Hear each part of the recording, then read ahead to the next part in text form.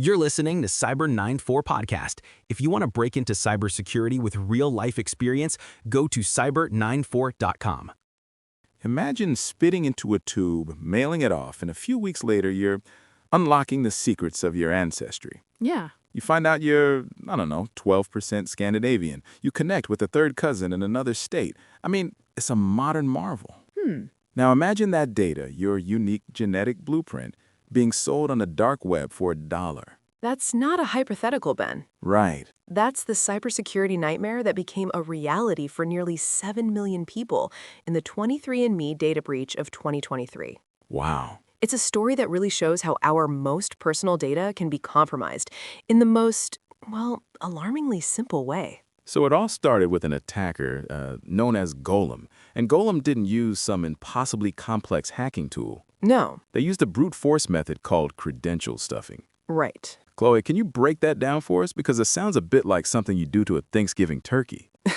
It's not quite as festive. Okay. Think of it this way. Over the years, countless websites have been hacked and their user data leaked. Right, all those big breaches. Exactly. We're talking billions of username and password combinations just floating around on the dark web. Billions. So credential stuffing is when an attacker takes those massive lists and just tries them on other websites. Okay. They're betting on the fact that, most people reuse the same password everywhere. A terrible but very common habit. Yeah. And in this case, the bet paid off. Golem used these old recycled passwords to successfully break into about 14,000 23andMe accounts.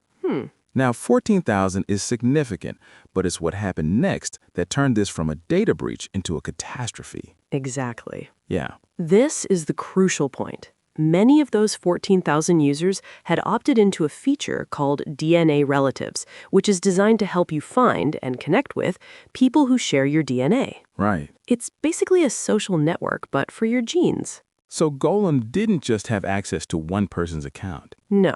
It's like they found the key to one apartment, but once inside, they found a master key card that opened every other door on that floor, and the floor above, and the one below.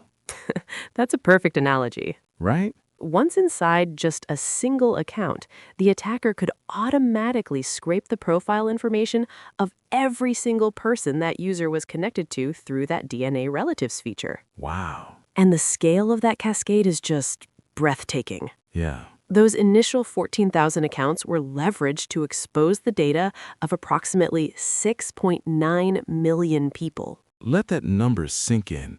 From 14,000 to 6.9 million. Right. And the data they got was the crown jewels, display names, birth years, geographic locations, and the very genetic ancestry reports that people pay for. Everything. The attacker essentially stole people's identities, written in DNA. They knew the value of it. Yeah. Golem didn't just dump the data, they curated it.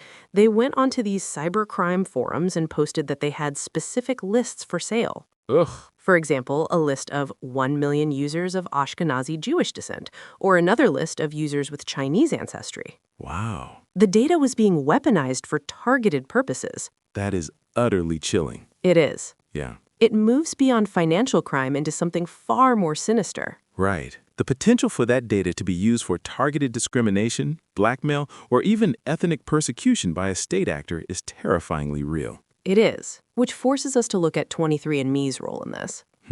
How did this happen on their watch? Well, the investigation found two glaring security failures. Okay. First, they didn't require multi-factor authentication, or MFA.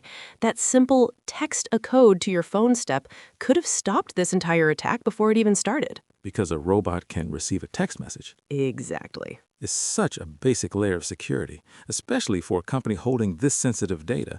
And the other failure was a lack of rate limiting? Right. Their servers apparently didn't raise an alarm when an automated program was trying to log in thousands upon thousands of times from the same source. Unbelievable. The digital bouncer was asleep at the door. And when the breach became public, 23andMe's initial statements were, they were criticized for putting the onus on users, highlighting their password reuse. Wow. And while it's true we should all use unique passwords, when you're safeguarding someone's genetic code, the responsibility to build a fortress is yours, not the customer's. Absolutely. Yeah.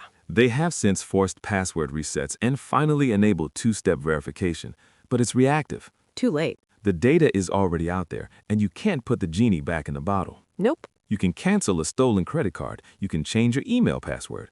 You cannot change your DNA. And that's the haunting takeaway from this story. Yeah. This data is immutable, it's permanent, and a breach of your genetic data isn't just about you, it's about your parents, your children, your siblings, relatives you haven't even met. Wow. It is, as you called it once, a generational breach. A nightmare that echoes down the family tree. Now, here's a question we like you to think about. As we hand over our most fundamental biological data to for-profit companies, what level of security do we have a right to expect? And who should be held responsible when that trust is broken?